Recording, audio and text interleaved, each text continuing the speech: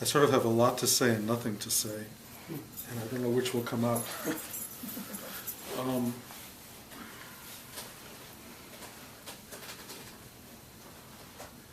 It's been a really remarkable period,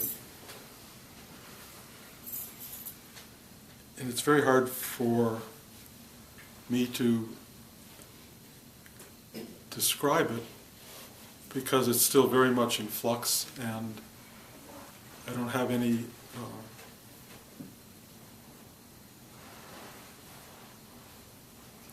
I have no perspective on it, or very little. But a few things I know, and a few things are interesting. One is, it's sort of a question that comes up, and it's part of the awakening experience. What happens when you no longer have your story? When your story no longer exists?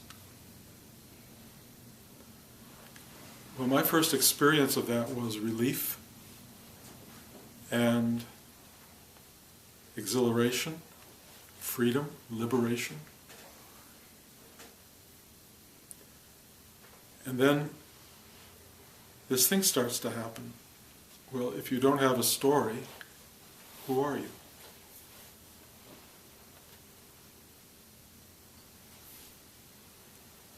And I'm beginning to find that to be, if you will, the next stage of spiritual work.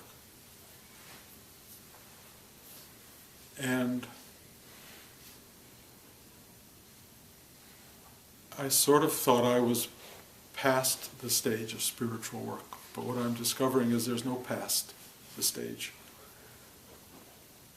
And by spiritual work, I mean facing what is as openly,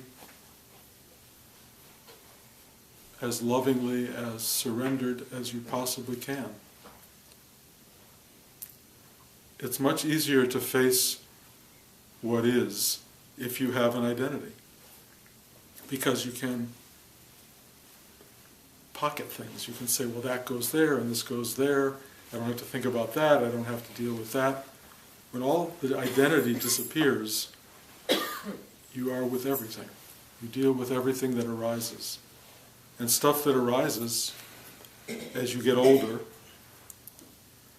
is powerful. Not that it isn't powerful through your whole life, but as you approach the normal falling away that happens with people, like retirement, bodily functions that don't work the way they used to, self-image that doesn't hold up. That's just part of the normal human experience. And if you have any friends who are retiring and who don't know what to do when they wake up in the morning, that's a big deal. And if you have your whole person disappear, that's very similar, but seems somehow deeper and more demanding.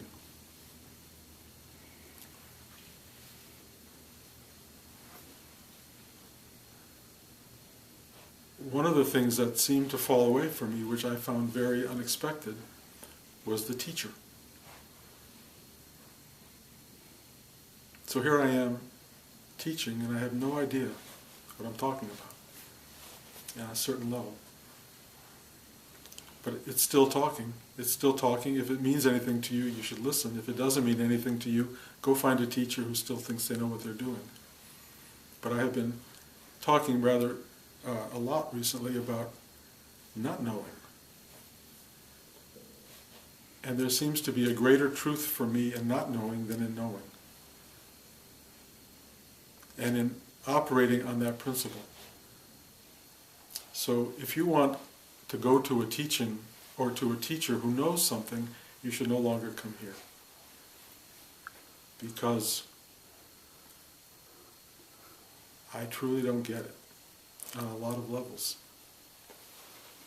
And I'm pretty much okay with that, but it's a little bit tricky in terms of being a teacher.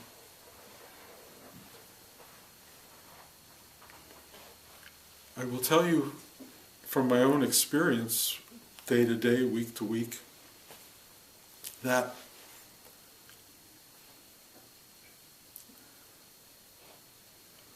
I keep approaching what I will call nothingness, absolute nothingness.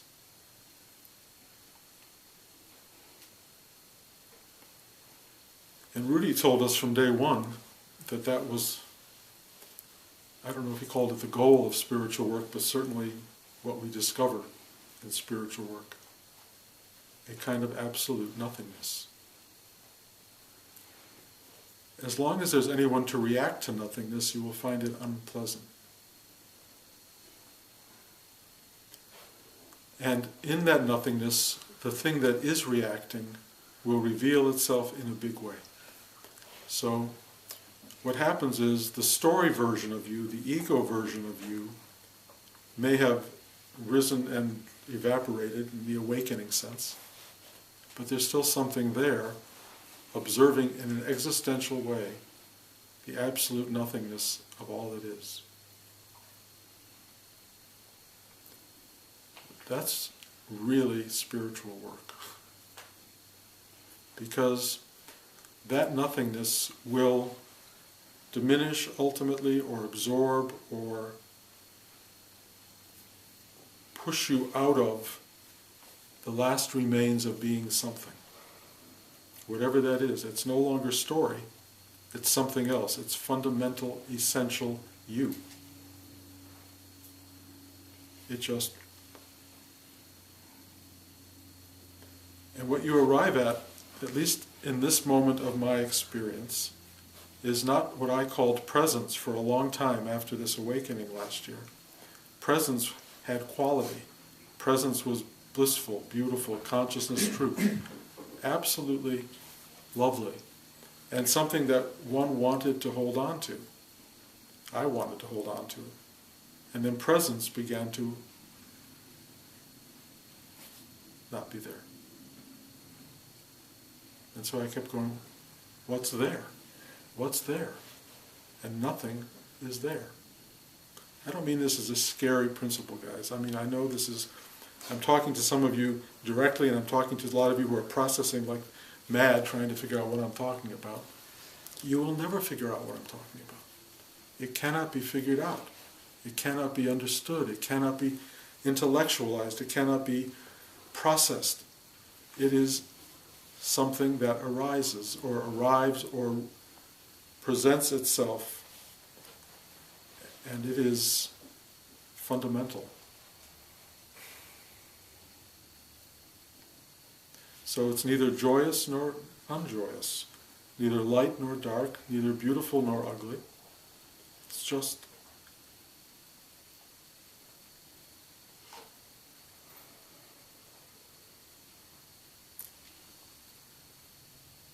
and everything that reacts to that, in your mind or my mind, is going to get broken apart.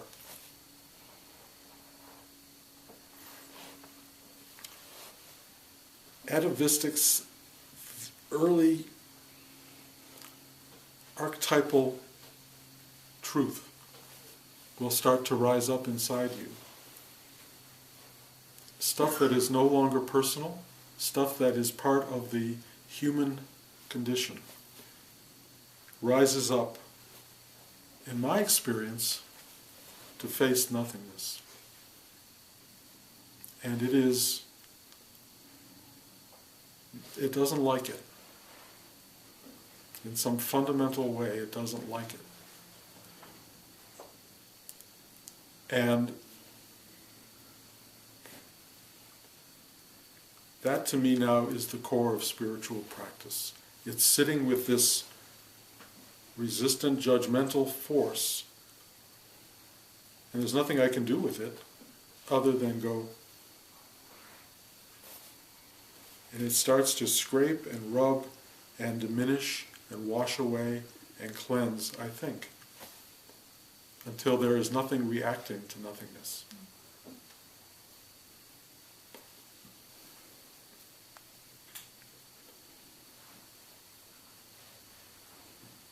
I'm simply putting this on the record.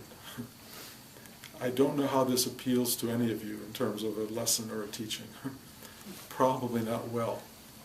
I think everyone doing spiritual work wants to attain something, wants to arrive at something. Mostly what you want to arrive at is peace, but peace in opposition to struggle. So the peace is the yin without the yang. And there is no yin without the yang. So for you to have peace means you have somehow given up the other half of a whole, and it's not complete.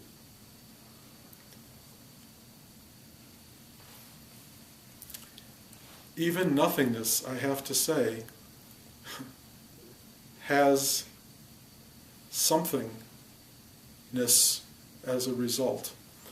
You can't have nothingness without the idea of somethingness. And that's a really interesting state.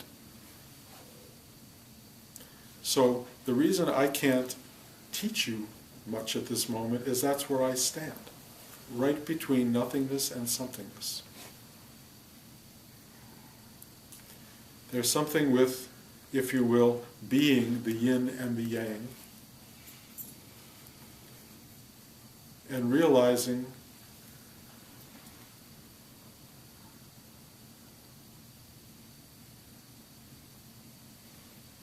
the what-isness of that.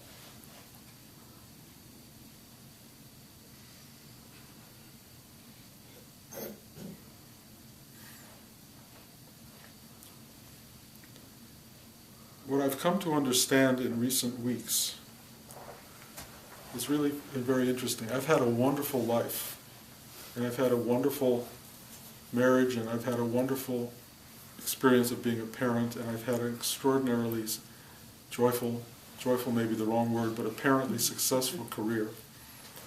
It took a lot of work. So I've had the stuff that life offers, and I've watched how totally ephemeral it is. How it goes like that. That the mind cannot hold on to the resume. It cannot and does not. But what I am finding is real in life, in a sense of being truly worthy, is what I will call friendship, or connection, or complete and absolute sharing of oneself with another person, or a multiple of people. At the core of friendship is love, but it's not a love that requires anything. It's an appreciation of another being. It's two people truly appreciating and sharing with each other. That is really meaningful. I've discovered, of course, that love is worth anything you can get to arrive at that place. The experience of love is what life is, I think, about. Now, this is about the greatest cliche of all time, so nothing I'm saying here is very profound. But love is why we're here. And I even have this theory, but this is theory, that love is all there is. And that everything that gets in the way of that has to be undone, if you will, to get back to it. Because that which stands between you and love is this mindful judgment. This thing that says this is good and this is bad. I want this, I don't want that. True love suspends the judgment. True love is. And I believe it's the ground of being. But I may be wrong. So, sorry about that.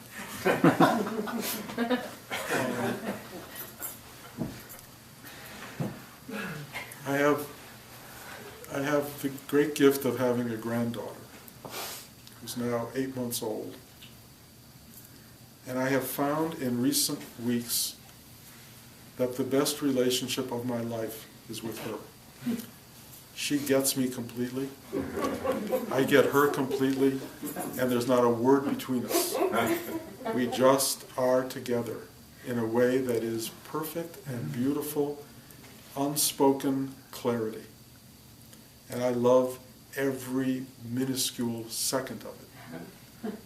And there is a truth in there, in the moment, that is transcending everything else.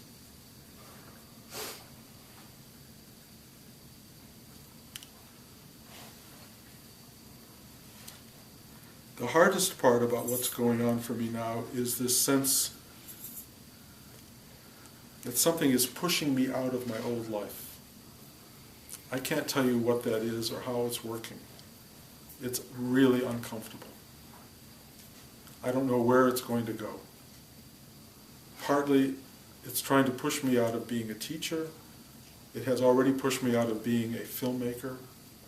Every identity thread that I've had, it seems to just be pushing me out of. It's really uncomfortable. The easy stuff fell away. I have to say, this awakening thing was easy, and I thought it was complete and fundamentally done. And I thought, wow, that was simple. It's really not simple. It may be simple, but it really is the beginning of something. And I can't describe to you what it is. I can't tell you what it is. I am in process with it. So whether I should sit here in front of you on a weekly basis and pontificate seems kind of strange. I'm willing to sit here and talk the process. If it speaks to you at all, great. If this seems completely alien to you at this point, then you shouldn't come. Why would you make an effort to come hear this? I don't know. On the other hand, I posed this to one of my students in New York last week, because he drives 3 hours from Boston to the farmhouse and back every Sunday. And there are guys who drive 4 hours each way. And I said to this man, Arkady, who I deeply love, I said, why do you do this? I have nothing to give you. And he said, it's instinct. He can't not do it. He can't not come. That was a good answer to me, because I get that. I used to go to Rudy. When Rudy taught every night, I went every night. Or Blanche and I did. We found a way to go no matter what was happening. Career, children, it didn't matter. I had to be there. I had to go to that place. And I don't know what Rudy had to offer other than this, arrival at nothingness, which he talked to me about from day one. He said, that's where you're going to get. In the end, there's nothing. He also said something else that was wonderful. He said, I don't want students in the end, I want friends. And I'm telling you exactly the same thing. I don't care about students anymore. I really don't. I love friends. And if you guys want to be friends with me, I would just love that. I would come sit with you, have dinner with you, walk around the block with you, much more happily than sitting here as a teacher trying to tell you something, because I have nothing to tell you. Nothing. Nothing. But somehow, that nothing being shared may be meaningful. Or not. So it's kind of a decision you guys have to make. I'm going to probably keep sitting here for a while until this thing really just says stop. Until it just goes, done. Which could happen. Unfortunately, or fortunately, from January to April, when I'm normally here, I would have to be in New York. I think I wrote to you about the play now going to Broadway, and I'm going to be very part of that. I think I'm going to be part of it. It's on the schedule.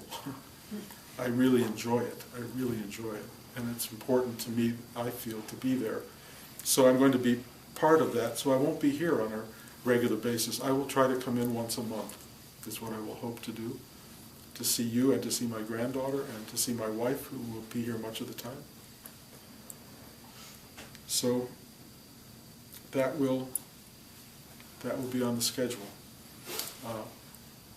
All of you can show up or not, and if I'm here for a long time, we can just schedule lunches and dinners and walks around the block, which will be terrific. So, I think that's all I have to say. Any questions about any of this? For things that don't involve the connection and the love and the friendship, are you finding any lack of motivation? Total. Yeah. Absolute lack of motivation. Mm-hmm. I do not know what to do with the day. I've retired, basically, from my film work. And I get up in the morning and I go, now what? And I haven't found anything to step in for that. It's really uncomfortable. Mm-hmm. So part of what's going on in my life right now is finding what now. It hasn't announced itself. I think it will at some point, and things arise. I mean, the musical thing, I thought it would be another year from now, but it came very quickly, and suddenly it's filling the space. So I may be in this sort of existential quandary now a year from now, instead of now. But whatever it is, very, very real lack of motivation. I think it may mean that there's nothing to do, but just sitting absolutely still doesn't seem to quite cut it for me. There are a lot of people I know, awakened guys, ladies, who feel fine with that. I haven't. So I can't explain what that's about. Anything you'd like to share about the process that you went through in London or the biblical floods in New York? I've talked about it a little bit online in the class talks. I'll tell you what happened in London, which was really interesting. In Manchester, when we did the musical, I had nothing to lose. In London, suddenly it felt like I had something to lose, and I got very caught in the dynamic of the show, which was very interesting to me. I cared about it deeply. I cared about it being successful. I cared about it being well received by Londoners in the way it had been in Manchester. I wanted it to speak to people. My investment in wanting it, in rooting for it, became very powerful. And I talked about this early on in the awakening stage. It was when I worried about Talia. She was being born, and we told that they were in labor, and now 4 or 5 hours had gone by, and she had already been pushing, and we hadn't heard anything. I started to worry, and I started to really care about the outcome. I wanted her to be well. I wanted her to be healthy. The wanting of that, I thought, does that mean that Bruce is pushing for this, or is there something else? And I came to this feeling, right or wrong, that the universe roots for us, that the universe cares deeply about outcome. Now that may be wrong, and that's why this is tricky to teach, but my feeling is the universe wants everything that we want in some fundamental way, and will move time and space to make it happen, if it can. That's my feeling. My investment with what happened in London was very great, and it caused a lot of disturbance for me, and I kept forgetting my center, and I really was thrown by that. And then I described this on one of my other talks. My sister and brother-in-law arrived, and long story, but he's really an awakened guy, just in recent time. They arrived at my doorstep, and whoa, connection occurred. Connection. And it's that idea of, if two people gather in my name, I am there. Christ said that. But if two people gather together to have a spiritual connection or bring that to the table, instant sangha, instant joy. And that's what happened. And I learned a great lesson about how much other is important, how much I care about others. These are relatives, and I love them, but friends are the same thing. I've had friends recently who bring me up out of sometimes we'll call it the nothingness or the struggle mode or whatever that is. So London was struggle with great lessons, one great lesson after another after another.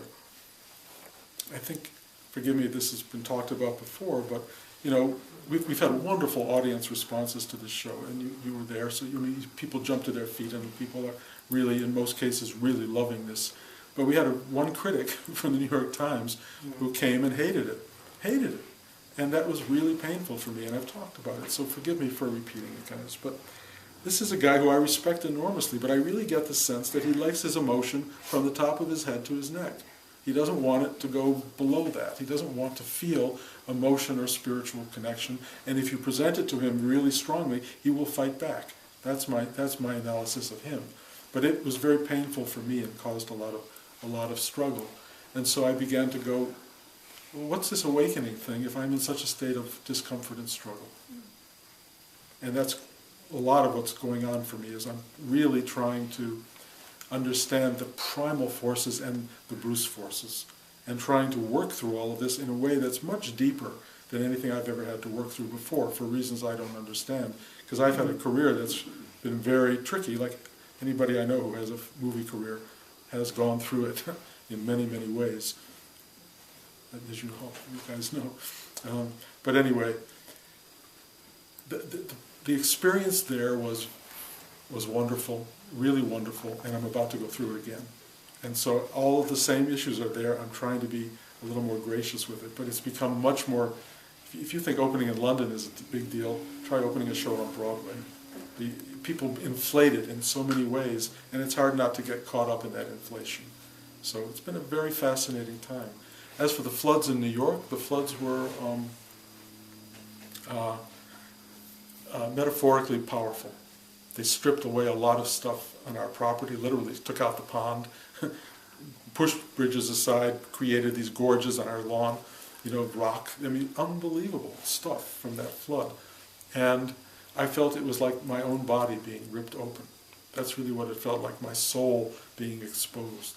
And it didn't feel good, it doesn't look good, but it's been really powerful for me. And the dynamic of it is all ongoing.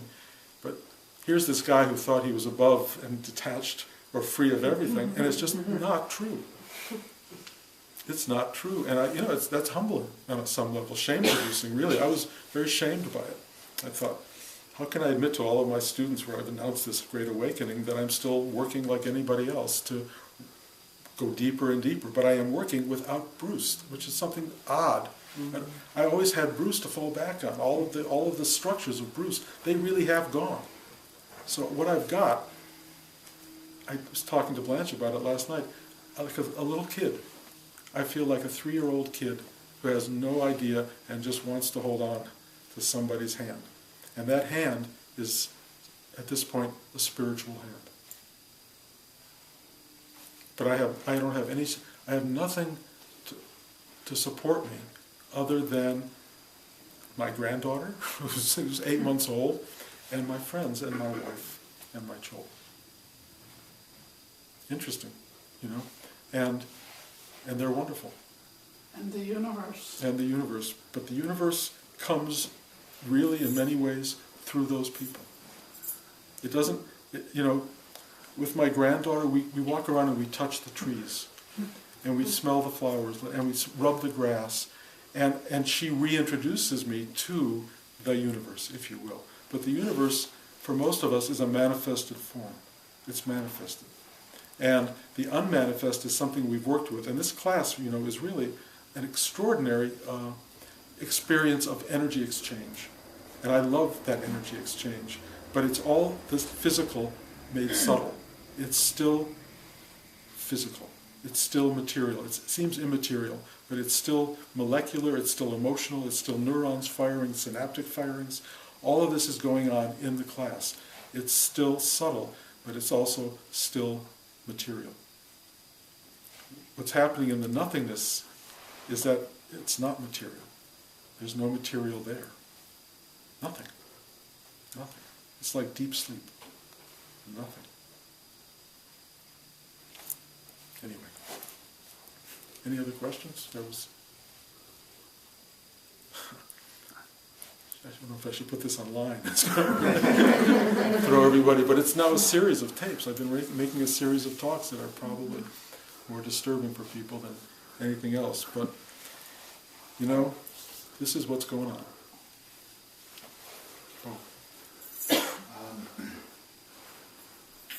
Louis used to say how unimportant he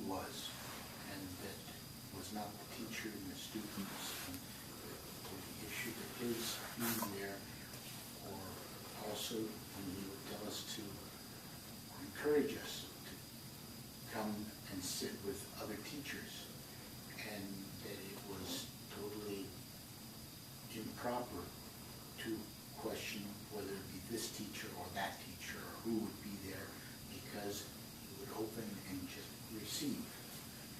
And I, like everyone that I know, love to hear Rudy talk. And it was certainly in the beginning easier for me to accept that and to feel that there was something of value in the talk. But ultimately, I didn't go to Rudy for his talk.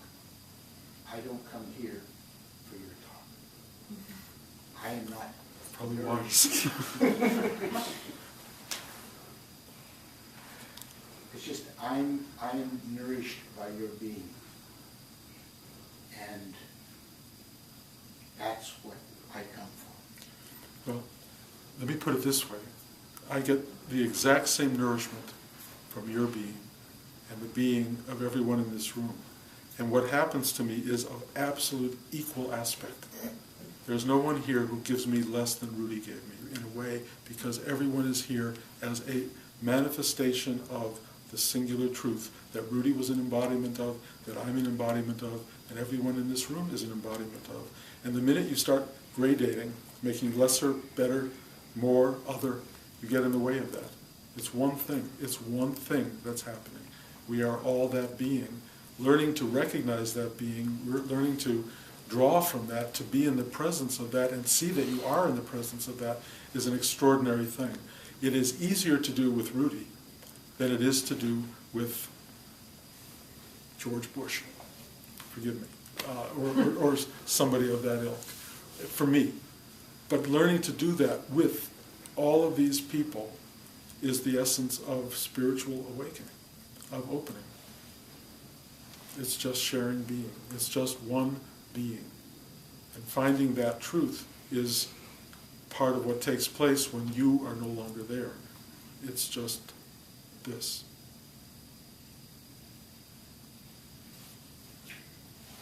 I took exception, complete exception, with just the straight concept that Rudy was not different from any other teacher. Rudy was substantially different. Well, this is a discussion that we can have on many levels. I think, yes, clearly Rudy was a remarkable teacher and a remarkable being. And there are attaining something in material life in this world is an extraordinary thing, and Rudy had great attainment. And yes, we can judge on that level, but the work is to be open to being itself, and from its highest manifestation to its lowest, however we can do it. To just be open.